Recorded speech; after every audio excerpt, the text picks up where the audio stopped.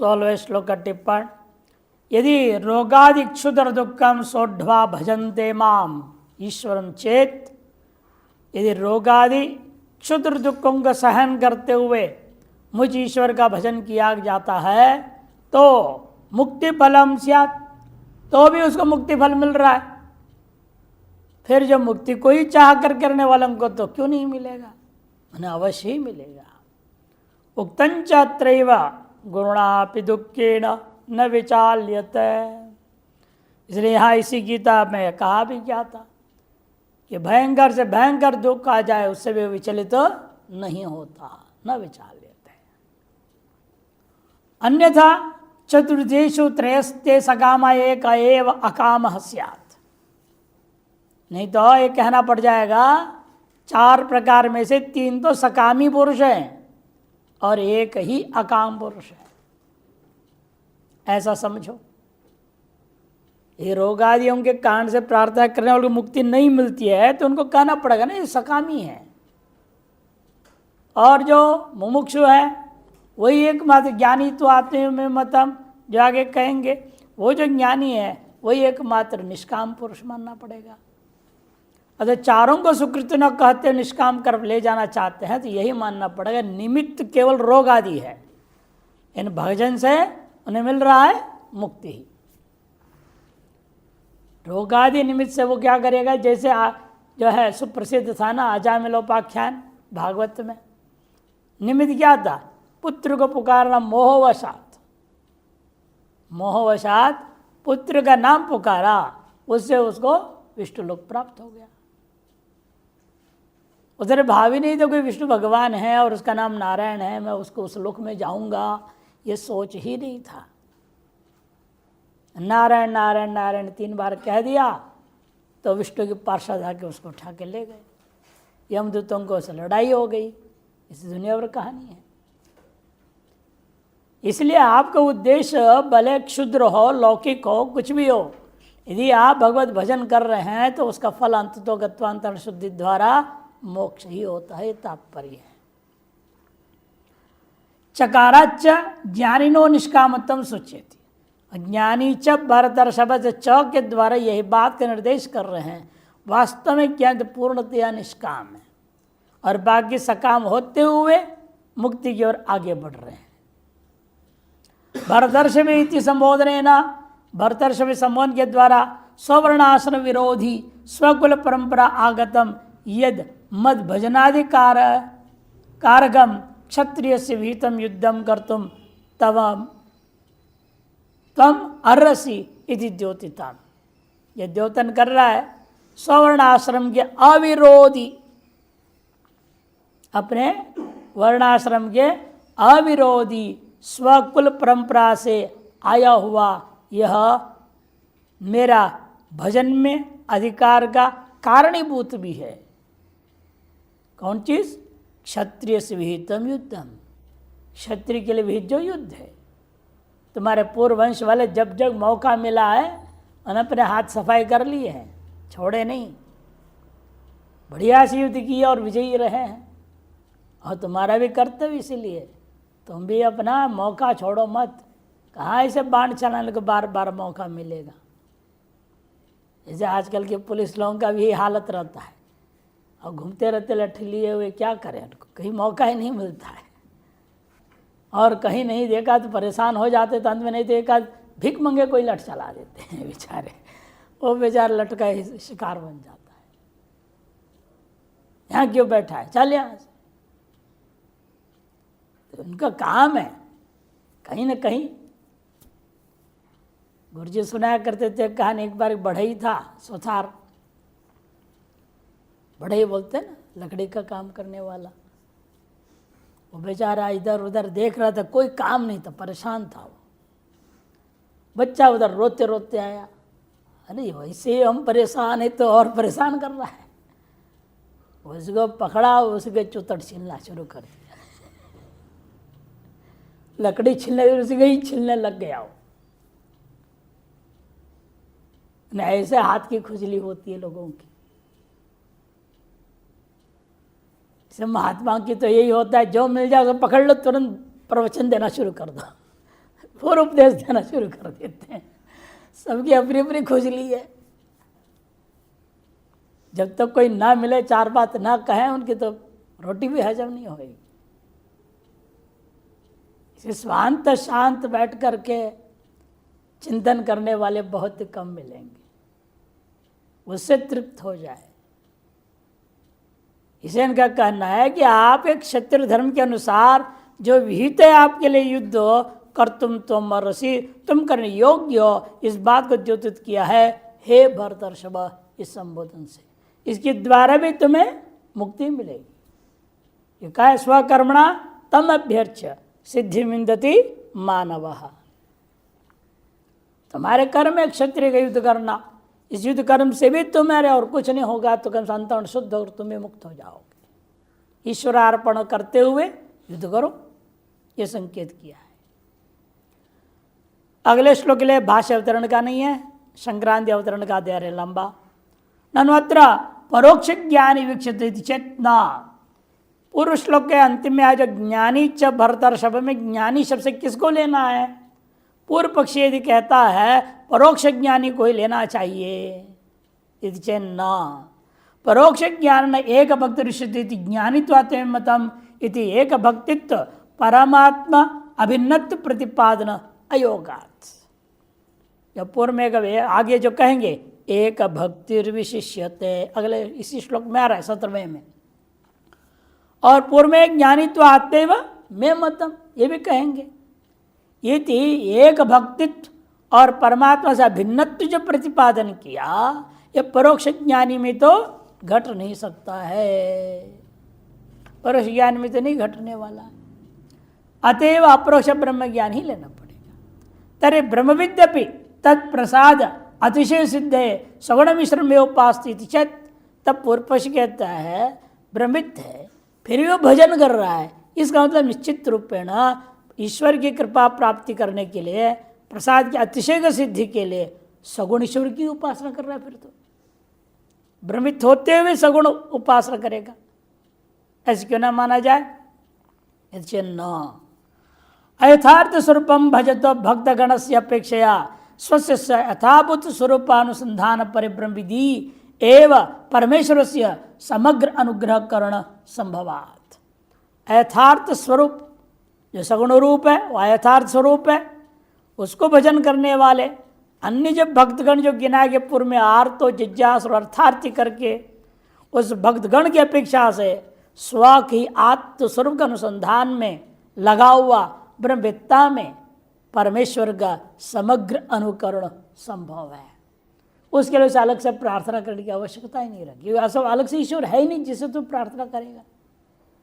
स्वभिन्नत्वेन ब्रह्म का जब चिंतन करने लग गया है, स्वभिन्न कहाँ है कोई ईश्वर जिसकी उपासना करे और जिसके जो है अनुग्रह प्राप्त करने की चेष्टा करे।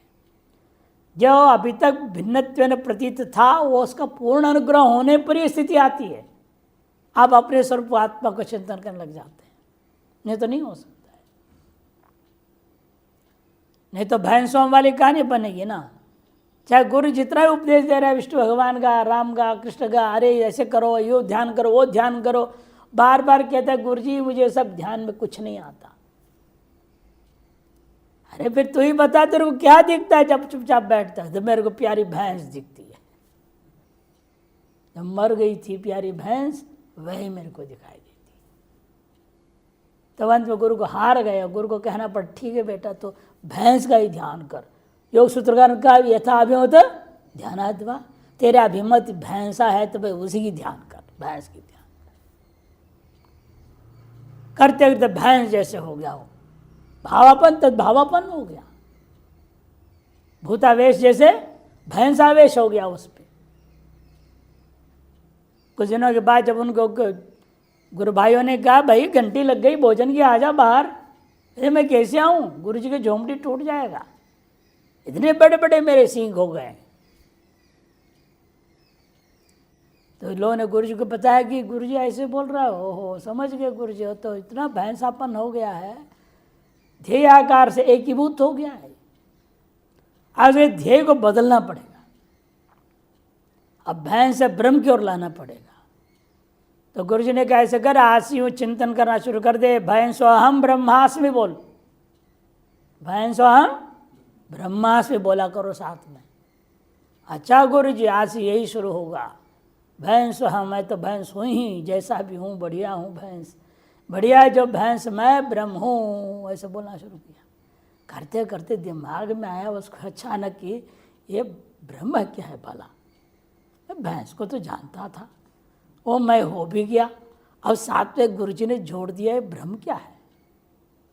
अब उसका चिंतन करने लगा तो अपने भैंस छूट गया, ब्रह्म हो गया, कि हम ब्रह्मास्मि चलने लग गया। ये भैंसों वाली कहानी जैसे बन जाएगी।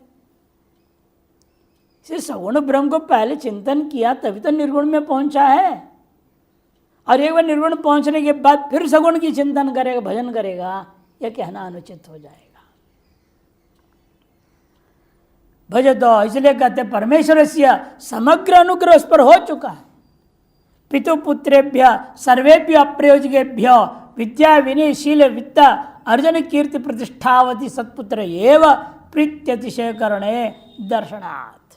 पिता जो है देखा गया लोक में, उसके 4-6 पुत्र मान लो, सभी पुत्रों को बराबर प्यार करेगा, इन एक पर विशेष अनुग्रह करेगा। क्यों? क्योंकि वह विशेष तौर पर पैतृक जो संपत्ति है, व्यवहार है, धंधा है, व्यापार है, जो भी है, उसका सम्यक उत्तराधिकारी बना हुआ है। किन किन चीजों से?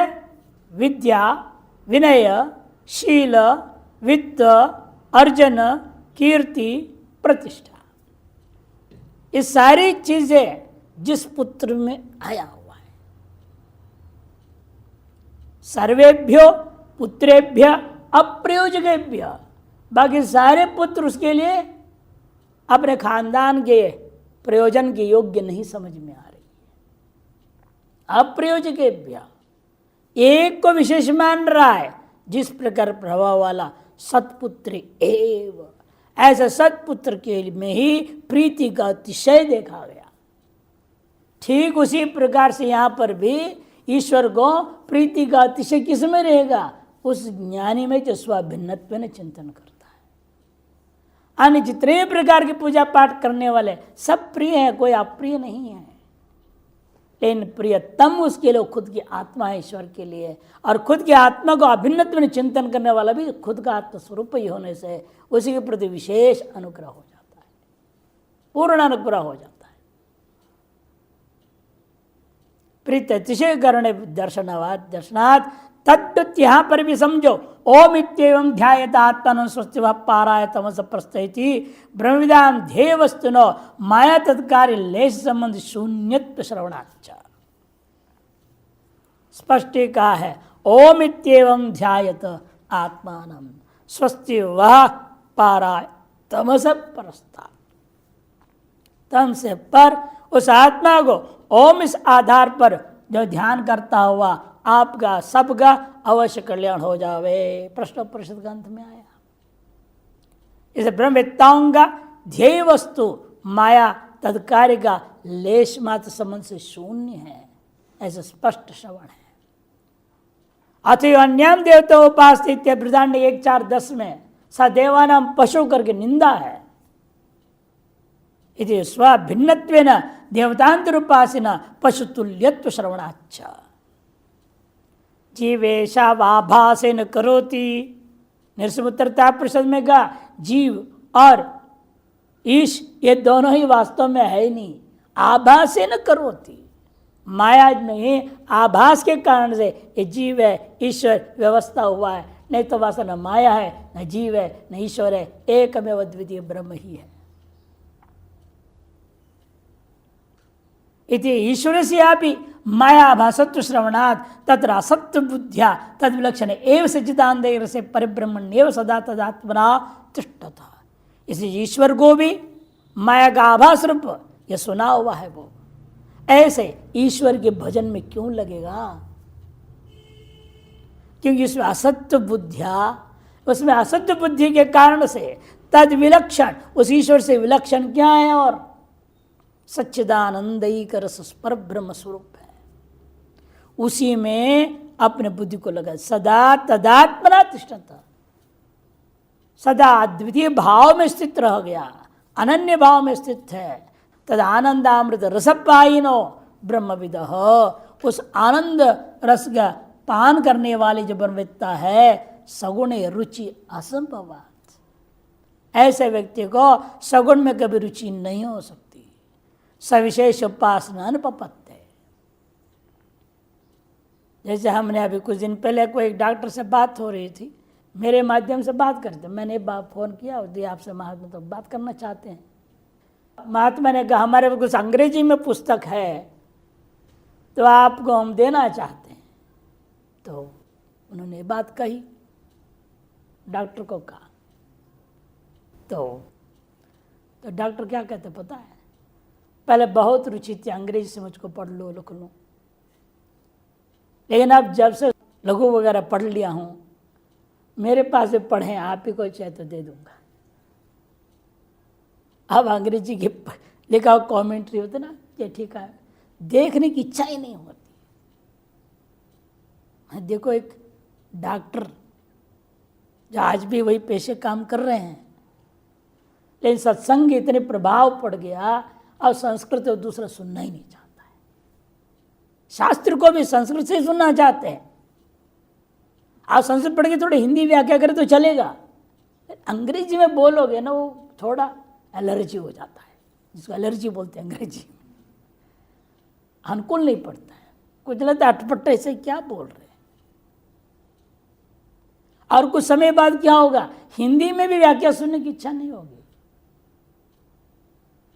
फिर क्या बोल रहे हैं, इनको संस्कृत बोलना नहीं आता है, ये आचार्य बेकार है बोलेगा। वो संस्कृत में ही पढ़ाने वाला, व्याख्या करने वाला हो, वो उनको पसंद आएगा। इसलिए ये स्तर होते हैं। जैसे वासना क्षय होते जाता है ना, सात्विकता बढ़ती जाती है, अपने आप आपके शास्त्रों के प्रति आकर्षण शुरू हो जाता है। इसलिए इनका कहना है ब्रह्मवेत्ता है और सगुण उपासना करे, ये कैसे हो सकता है? उसमें रुचि नहीं हो सकती, मिथ्या वस्तु में रुचि हो ही नहीं सकती। उसका दृढ़ निश्चय हो चुका है, जीव भी आभास है, ईश्वर भी आभास है, अतः उस ईश्वर के भजन में नहीं लग सकता, और तो आत्मचिंतन में ही रहेगा। ब्रह्मविदः उपासनमेव अनुपपन्नम। फिर पूर्व पक्षी कहता है फिर ब्रह्मवेत्ता के लिए कोई भी उपासना ही नहीं हो सकती है, जन्ना उसकी उपासना ही निर्गुण उपासना है, स्वरूप चिंतन ही उसके लिए उपासना है। क्या कहा है, तमेव धीरो विज्ञाय प्रज्ञां कुर्वीत ब्राह्मणः, श्रुति कहती है। तमेव विज्ञाय, उस आत्मा को, स्वरूप को जान करके धीर पुरुष का कर्तव्य है प्रज्ञां कुर्वीत। ब्राह्मण जो धीर है उसका काम है वही प्रज्ञा करे, मैं अद्वैत ब्रह्म रूप हूं, यही प्रज्ञा बनाए रखे। यदि ब्रह्मविद एव ज्ञान से अप्रतिबद्धत्व सिद्धे, ब्रह्म ज्ञान के ब्रह्मविद का लिए कर्तव्य बता दिया, ज्ञान की अप्रतिबद्धता की सिद्धि के लिए प्रज्ञाकरण श्रवणात् निरंतर प्रज्ञाकरणम नाम सर्वत्र ब्रह्म दर्शनम एव। प्रज्ञा कुर्वीत, करो, करो का मतलब क्या है, सर्वत्र ब्रह्म दर्शन करना। ये उसको सदा अभ्यास बना रहता है, ताकि दोबारा वह ज्ञान जो अभिव्यक्त हो चुका है, प्रकट हो चुका है, स्वस्वरूप अनुभव में आ चुका है, वह फिर भी किसी वासना से प्रतिबद्ध न हो जाए। ये तदर्थ अथ संपद से यावन न विमोक्ष है, छांदोग्य कहता है, जब तक शरीर नहीं छूटेगा तब तक उसी में लगे रहता है। गुरुजनों ने सुनाया हुआ कहानी बताया था ना, एक महात्मा बनारस में क्या बोला, अंतिम क्षण तक ये नहीं बोला मैं महात्मा हूं, कभी घोषणा नहीं की। लोग कहते थे बड़े महात्मा है, सिद्ध है, ज्ञानी है, ब्रह्मवेत्ता, ये है वो है, कहते रहे, लेकिन अपने आप को कभी स्वीकार नहीं करते किसके सामने, हाँ जी मैं महात्मा हूं। वेश्या तक बोली, उसको भी मना कर दिया, बताऊंगा, रुको रुको रुको। शरीर छूटने के कुछ घंटे पहले वो बुला लिया, था, हूं और रहूंगा, क्योंकि मैं साक्षात ब्रह्म। अपनी अनुभूति जो बहुत पहले ही हो चुका था, इन ज्ञान का प्रतिबंध कभी भी कुछ भी आ सकता है। इसे आमरण पर्यंत उन्होंने वो ब्रह्म चिंतन में लगे रहे, इन कभी नहीं कि मैं ब्रह्म हूं। अंत में उन्होंने कहा। तो इसीलिए ये सब चीजें शास्त्रकार नहीं कह रहे हैं कि आप ब्रह्म, तो ब्रह्म ज्ञान पढ़ ले, शास्त्र पढ़ ले तो मैं ब्रह्म ज्ञानी हो गया और घोषणा कर दो, बोर्ड लिख दो, श्रोत्र ब्रह्मनिष्ठ, सोने की चांदी के अक्षरों से लोग कर रहे हैं। एक व द्वितीय ब्रह्म ही हूं, मेरे बराबर कोई दूसरा है ही नहीं, मैंने समझना चाहिए ये गड़बड़ है। अरे तेरे समान सब है, बल्कि सर्वम ब्रह्म, कोई आप ब्रह्म है ही नहीं, वो ब्रह्म ज्ञान है। अच्छा मही श्रोत्र वरिष्ठ, बाकी तो गधे घोड़े हैं, समझ रहे हो, इसका तो तुम ब्रह्म ज्ञान हुआ ही नहीं। आसुरी वेदांत है। सर्वत्र ब्रह्म दर्शनमेव प्रज्ञाकरणम यत एवं ततो निर्विशेषमेव परम ब्रह्म परमेदोपास्यम इति सिद्धौ। इसीलिए यह निष्कर्ष निकला, निर्विशेष पर ब्रह्म ही ब्रह्मवेत्ता के द्वारा उपास्य होता है। निर्विशेष परत्वा देव महात्मानं ब्रह्मविदम आर्तादिभ्य सविशेष परेभ्यो विशेषेति बहुभिर्विशेषण ही। इसलिए निर्विशेष ही एकमात्र परम तत्व है। ऐसे उस ब्रह्मवेत्ता महात्मा को अन्य जो आर्तादि हैं, सविशेष ब्रह्म की उपासना करने वाले लोग हैं, उनसे विशेषित करता हुआ अनेक विशेषणों के द्वारा उनसे अलग करके स्पष्ट कर दे रहे भगवान। तेषां ज्ञानि नित्ययुक्त एक भक्तिर्विशिष्यते प्रियो हि ज्ञानिनोऽत्यर्थ महं स च मम प्रियः। तेषां ज्ञानि नित्ययुक्त एक भक्तिर्विशिष्यते प्रियो हि ज्ञानिनोऽत्यर्थ महं स च मम प्रियः। तेषां चतुर्णां मध्ये, चार प्रकार के लोगों में से ज्ञानी जो है वह नित्ययुक्त, जो तत्वयुक्त है वह नित्ययुक्त है। और एक भक्तिश्च विशिष्यत है। एक भक्तिश्च माने अन्य से भजनीय से अदर्शनात्, अन्य कोई भजनीय उसको मालूम ही नहीं होते, प्रतीत ही नहीं होता है। आत्मा से भिन्न कोई भजनीय तत्व रूपेण उसको प्रतीत ही नहीं होता। चाहे कोई कुछ भी आगे कहे, है हमारे जो गुरु जी महान है, हमारे देवता महान है, हमारा कृष्ण, हमारा विष्णु, हमारा राम, हमारा ये, हमारा वो, बड़े बड़े पुराण ला कर देखो, विष्णु के बारे में भीतर बड़ा पुराण मिलका, विष्णु पुराण, ये देखो शिव पुराण, शिव जी के बारे में। चाहे कोई कुछ भी लागे आपके सामने रख दे, हाँ ठीक है, आप अपना करें, हम अपना करें, यह आपके लिए है, आप कीजिए, हमारे लिए इसकी आवश्यकता नहीं है। इसलिए क्या कहने, वो एक भक्ति है, एक मतलब नियत भक्ति उसका, यावत भक्ति है, पूर्ण है एक में अद्वितीय तत्व में। इसलिए तेषाम ज्ञानी विशिष्यता है, उन सभ्यों में ज्ञानी विशेष है। प्रियो ही ज्ञानिनो अत्यर्थम, इतना ही नहीं, विशेष में अधिक होता है, अधिकता का आपादन कर दिया। जब मैं जो आत्मा हूं इन ज्ञानियों के लिए अत्यंत प्रिय हूं। ही मन यस्मात् ज्ञानिनो अहम प्रिय, मैं आत्मा प्रिय हूं। थोड़ा प्रिय ऐसा नहीं, अत्यर्थम प्रिय, सर्वाधिक प्रिय हूं, मैंने प्रियतम हूं। ये श्रुति ने भी कहा, तदेतत् प्रियो वित्तात् प्रियो पुत्रात् प्रियो अन्यस्मात् सर्वस्मात् यदि हम आत्मा, प्रियतम है वो अहम, और सच मम प्रिय। इसलिए वह जो ज्ञानी है मेरे लिए भी प्रिय है। जैसे दो मित्रों में एक दूसरे के प्रति पूर्णतया प्रेम भाव है, यह उसके लिए प्रिय, वो इसके लिए प्रिय है, तो क्योंकि दोनों में अनन्य भाव है। अनन्य भाव, दो मित्रों में जो प्रेम का अनन्य भाव है तो एक ही कहानी है इस दुनिया में, है ना, कृष्ण और सुदामा की कहानी। दो मित्रों में ऐसा अनन्य प्रेम कोई दूसरी कहानी है ही नहीं। और उससे भी ज्यादा यदि वो तो बाह्य है, आंतर यदि अनन्य प्रेम होता है तो एकमात्र ब्रह्मज्ञानी में ही होता है कि वह अपने शरीर से भी अलग हो चुका, अपने आत्मा को ब्रह्म रूपेण अभिन्न रूपेण अनुभव करता है, चिंतन करता है, ध्यान करता है। इसलिए वह मेरा प्रिय है, मैं उसके लिए प्रिय हूं और वो मेरे लिए प्रिय है, क्योंकि हम दोनों ही अनन्य हैं। तेषाम चतुर्णाम मध्य, भाष्यकार कह रहे हैं, ज्ञानी उन्हें तत्विद, तत्वित्वात् और तत्विद होने के नाते नित्युक्तो भवति, नित्ययुक्तो, नित्युक्त है वो, भवति। एक भक्तिश्च, और एक भक्ति भी है। एक भक्ति का मतलब एक का अर्थ यावत होता है, नियत होता है, अनन्य भी होता है।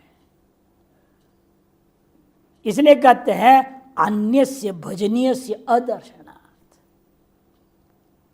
एक अर्थ क्या है? अन्य के अभाव का नाम एक। इसे अन्य क्या है? भजनीय कोई दूसरा ईश्वर आदि, वो उसके लिए अदर्शनात्। अतः स एक भक्ति, इसलिए एक भक्ति वाला कहा जाता है। विशिष्यते विशेषम आधिक्यम आपतित्य, वो अन्य तीन की अपेक्षा से इसमें कुछ अधिक भाव है। अतिरिच्यते इत्यर्थ। प्रियो ही यस्माद् अहम आत्मा ज्ञानिना, इसलिए क्योंकि मैं जो आत्मा हूं ये उस ज्ञानी के लिए प्रिय वस्तु है। अतः तस्य अहम अत्यर्थम प्रिय, इसलिए उसके लिए मैं अत्यंत प्रिय हूं। अन्य सभी अर्थों का अतिक्रमण करके मुझ आत्मा को ही प्रिय मानता है, इसलिए अत्यर्थम, अर्थम अतिक्रम्य। अभी कौन सा अर्थ को? शक्तिम वैसे होता है, यथाशक्ति होता है, शक्तिम अनतिक्रम्य थी यथाशक्ति, लेकिन अतिक्रमण में होता। अर्थम माने द्वैतम, अतिक्रम्य अहमेव प्रिय, सगल द्वैत पदार्थ को अतिक्रमण करके मुझे आत्मा को ही प्रिय मानता है, वो ऐसा वह व्यक्ति है। अतः तस्य अहम अत्यर्थम प्रिय। प्रसिद्धम ये लोगे आत्मा प्रियो भवति इति, लोक में भी प्रसिद्ध है, सभी को अपनी अपनी आत्मा ही प्रिय होती है। मैत्रेयी को यही तो अंत में कहा था, आत्मस्तुक काम सर्वम प्रियम भवति, आत्मा के कामना के लिए सब प्रिय होता है, अपनी कामना के लिए सब प्रिय है। वस्तु की कामना वस्तु प्रिय नहीं होता। शुरू कहाँ से किए थे? पत्युक काम है पति प्रियो न भवति, आत्मस्तुक काम है पति प्रिय भवति। जाया काम है जाया प्रिय न भवति, आत्मस्तुक काम है जाया प्रिय भवति। ब्रह्मण काम है ब्रह्म प्रिय न भवति, आत्मस्तुक है ब्रह्म प्रिय भवति। 12 प्रियों में ले जाते हैं। क्षत्रिय में प्रिय क्यों है? वो हमारी रक्षा करते, नहीं रक्षा करो तो क्षत्रिय कौन प्रिय होगा? किसके लिए प्रिय होगा वो? ब्राह्मण हमारे क्यों प्रिय है? क्यों हमारा पूजा पाठ करता है ईमानदारी से, इसलिए हमारे लिए प्रिय। और देखेंगे ब्राह्मण छल कपट कर रहा है, वो आपका प्रिय बनेगा? ठीक से पूजा पाठ नहीं करता, ऐसे चालाक पंडित हैं, स्वयं जब करते ही नहीं है। असंकल्प कराते हो तो क्या चालाकी करते हैं? हाथ में दे दे फूल फाल पानी वानी, खूब मंत्र बोलेंगे खूब बढ़िया से, और कहेंगे हाँ इसको ले गणेश भी छोड़ दे। संकल्प कौन कहे? गणेश जी ने संकल्प लिया ना, और गणेश जी जप करेंगे, दक्षिणा हम लेंगे। देखो चालाकी ब्राह्मण की। खुद हाथ में लो ना, खुद अपने उसके अपने हाथ में लेनी चाहिए, और मोली बांध देना है। मोली तब तक रहेगा उस ब्राह्मण के हाथ में जब तक पूजा पूरी नहीं होगी, बस निकाल के वापस देना चाहिए। सुपारी भी दिया जाता है वर्ण काल में, वो कहाँ फेंक देते हैं, वापस कहाँ होना है? ऐसे नहीं होना चाहिए। अपना काम ठीक से करें, वो ब्राह्मण सबके लिए प्रिय होता है। ये ठीक है, बढ़िया करते हैं, सही करते हैं। आज में 1100 तो 2100 दे देगा उसको खुशी के मारे, और दूसरे को 1100 क्यों ले रहा है, 1000 से काम चला लो, 100 घटा के देंगे। देख लिया उन्हें गड़बड़ करते। इस बहुत बड़ा यज्ञ किया था एक व्यक्ति ने हरिद्वार में, ज्वालापुर एक धर्मशाला में, और सारे कैमरा लगा रखा था उसने, पंडितों को पता नहीं, और पंडितों सब व्यवस्था अंदर है, खाओ पियो रहो, और यहाँ बैठना है, पूजा होगी, जप होगा, सब होगा। और पूजा में आता था करके वो चला जाता था, और अपने पीछे लिया था, वहाँ रहता था, वहाँ सारा कैमरा का तार वहाँ लगा हुआ है, वहाँ देखता था। और सारे पंडित कोई ताश खेल रहा है, कोई कुछ कर रहा है, कोई कुछ कर रहा है, कोई न जप न पाठ न कुछ नहीं। पूरा कार्यक्रम हो गया तो कहा कि ठीक है, सबको दक्षिणा उसने केवल 1100 दिया, तैता 5000। पंडितों ने अरे लिफाफे में क्या है, पंडित जजमान जी क्या कर रहे हैं आप? मैंने कहा आइए सब लोग यहाँ बैठिए, तब लगवा दिया उधर। देखो आप क्या कर रहे थे, इस काम के लिए 1000 रुपये ज़्यादा है कि कम है बताओ? सब चुप हो गए। आप इस काम के लिए तय किया तो मैंने 5000 देने का, ताश खेलने के लिए? कोई लगाए स्वर्ग फोक रहे, क्या है ये? पाठ के दौरान करना है, क्या दिख रहा है मुझे, ये गलत है। चुपचाप सब चले गए। ऐसे ब्राह्मण किसी यजमान को प्रिय होगा? कभी नहीं, दोबारा बुलाया ना उसे। मेरे पास आया, देहरादून का था, तो स्वामी जी एक ब्राह्मण को दे दो, मैंने हाँ दे दिया, भेज दिया। बढ़िया एसी कमरा दिया उनको, बढ़िया खाना पीना, खूब बढ़िया पूजा पाठ। हम लोग पंडित जानता नहीं था कैमरा लगाया नहीं लगाया, लेकिन ईमानदार से करने वाला है। वो अपना टाइम टू टाइम उठना बैठना, पूजा पाठ संध्या वंध्या करके अपना करता था। अब वो बार बार देखता था कहीं ना कहीं ये झपकी भी नहीं मारता, ये तो गजब आदमी है। इतना खुश हुआ वो, 1.25 लाख मृतक जाप वगैरह तय था उसका, 7,500 के लिए तय हो गया था, वहीं रहेगा वहीं सब करेगा। उसे 10,000 दे करके भेजा उसको। तो आदमी की प्रियता बढ़ती तब जब आप अपने कर्म से ढंग से करें। भगवान के लिए कौन प्रिय होगा? वही प्रिय होगा जो धर्म के अनुसार, शास्त्र अनुसार चलेगा। उसमें भी भगवान के लिए वो अत्यंत प्रिय वो होगा जो आत्मा का ही अभिन्न रूप में चिंतन करता है। इसलिए कहते हैं वह प्रसिद्ध में लोगे आत्मा प्रिय होती, तस्माद ज्ञानी न आत्मत्वाद वासुदेव प्रिय होती तीर्थ। और ज्ञानियों के लिए इसलिए आत्मा प्रिय होता है कि वासुदेव आत्मा ही अपना आत्मा करके वो जानते हैं। और इसलिए सच ज्ञानी वह ज्ञान भी मम वासुदेवस्य आत्मेव, मुझ वासुदेव का आत्मा ही है वो, इति मम अत्यंतम प्रिय, इसे वह मेरे लिए भी अत्यंत प्रिय हो जाता है। परस्पर एक दूसरे का अत्यंत प्रिय हो जाते हैं। संक्रांति टीका तेषां ज्ञानी थी नित्युक्ता नित्यम क्रियांतर अनवकाशम यथा तथा युक्त इत्यर्थ। नित्युक्त है माने क्रियांतर कोई अवकाश ही नहीं, शरीर स्थिति के लिए मात्र जो लोग शंका शौच आदि के अलावा कोई दूसरा काम करता नहीं।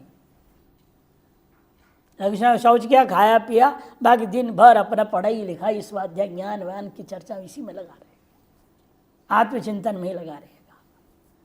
बहिर्वृत्तियां भी आत्मचिंतन लग जाते, अंतर्वृत्ति हो जाए तो आत्मचिंतन स्वतः ही चलेगा, जिसका ऐसा स्थिति है।